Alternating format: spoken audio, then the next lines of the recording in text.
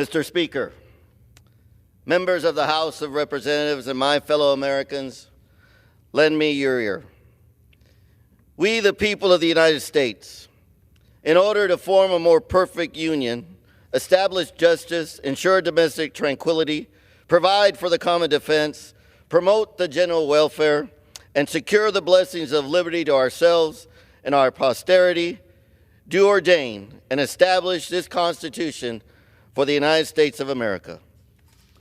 Since 1776, the people of this great nation have bestowed the responsibility of fulfilling that declaration and setting the course of the future of our nation in the collective hands of Congress, which is comprised of both members of the United States House of Representatives and members of the United States Senate.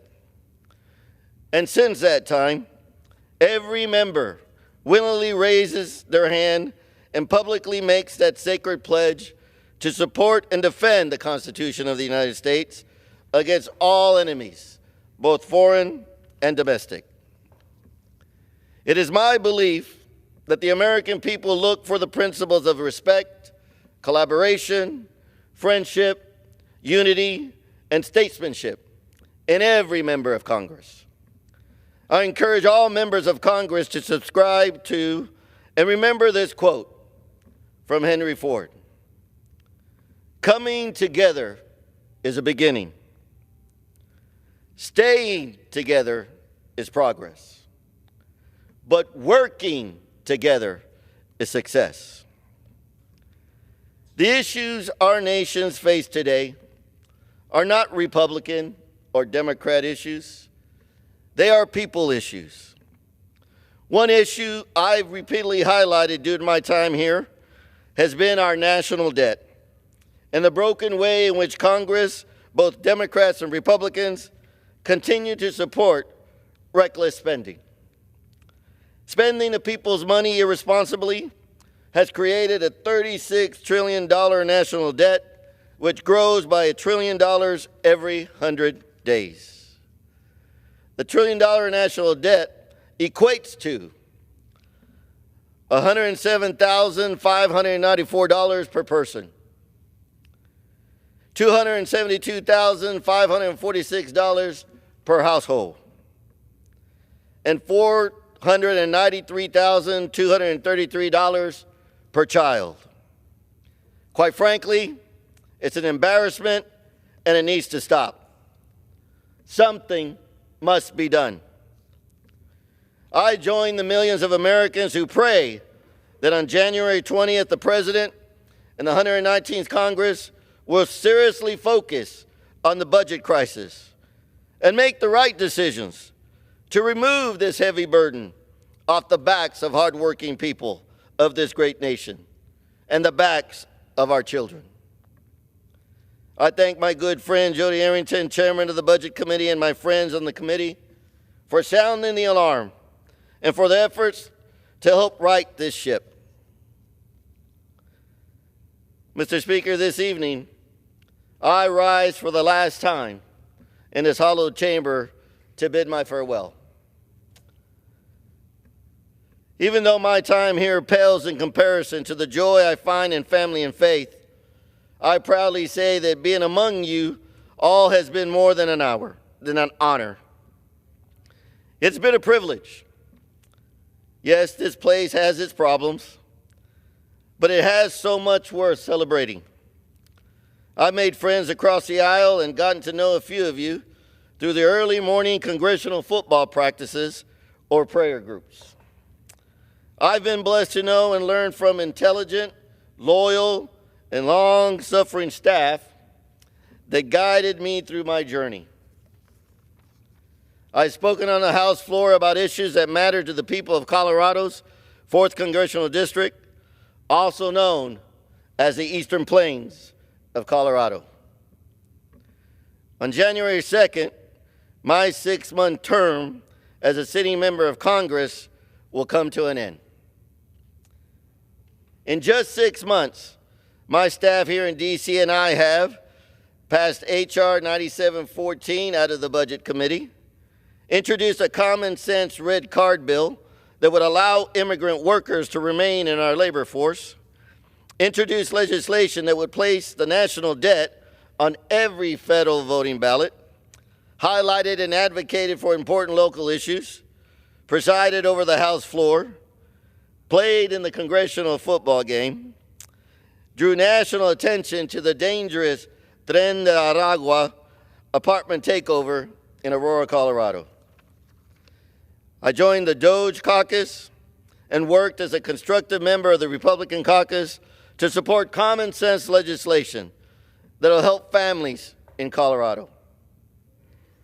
From July 21st to December 15th, 147 days, my district staff back in Colorado have closed 401 cases, had 58 walk-in appointments, referred 1,116 constituents calls for further help, helped 21 constituents with grant requests, helped return $564,760 back to constituents with $3,914 yet to be deposited into individual accounts, for a total of $4,478,760 total dollars, or better yet, $30,468 a day.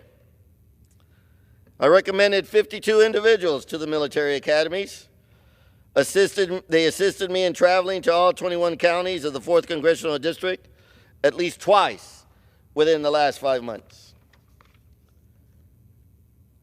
Arriving in Congress hasn't or wasn't a high point, and leaving isn't a low point either. It's life. You see, I describe my short time in Congress as that of a foreign exchange student. I arrived in July during the middle of the year, so I missed the yearbook pictures. No one knew me, so both sides of the aisle liked me, and I will not be coming back next year. As a veteran, I describe my time here as a TDY, or better known as a temporary duty assignment. And now it is time to return home. Mr. Speaker, I treasure Lisa, my wife, my children Michael and Christina, my service in the Air Force, and my Lord more than any amount of time in Congress. I'm proud to define my life by serving to my Lord, my family, the armed forces, and now to the people of Colorado's 4th Congressional District. To my wife, Lisa, I want to thank you for joining me in this unexpected and unbelievable opportunity of serving in Congress. Having you by my side every day here in D.C., along with your support, encouragement, and love, has made the hours in travel, the early mornings in briefings, the afternoons in meetings, the evenings with receptions, studying memos, and racing to late night votes, made it both productive and bearable. You are my soulmate and my rock. I love you more than you will ever know. To my son Michael and my daughter Christina, I love you both, and I hope that I have made you both proud. One day, I hope to bring my grandkids here. We'll fly into Reagan Airport and fight through the afternoon traffic.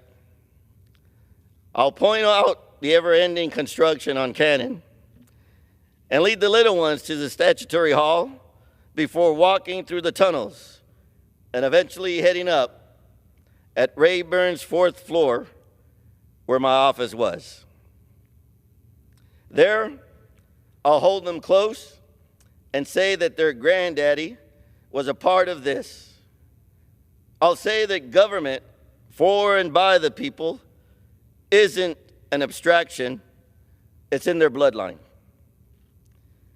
I speak of generations because that is what the government is for, to protect, preserve, and pass along a legacy for our children.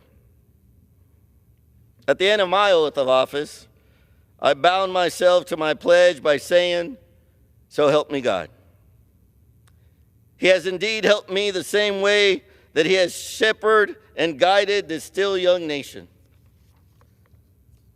As I prepare to depart, I'm reminded of my parents, Gregorio and Victoria Lopez. They taught me the value of hard work, laboring in the fields under the Texas sun. When the day was over, the foreman would come out and yell, "Ya vámonos, ya acabamos de trabajar," which translated means, "Let's go, our work is done." Then my parents would finish up and head home. Now, Colorado is calling me home, and I must answer. My work here is done, and I now depart. With immense gratitude to God, my family, Colorado's 4th Congressional District, the friends I've made here, my staff, and its institution, I bid you all a fond farewell. In my story, this is just a chapter, and every chapter ends. And that's for the best, because you can see what happens next.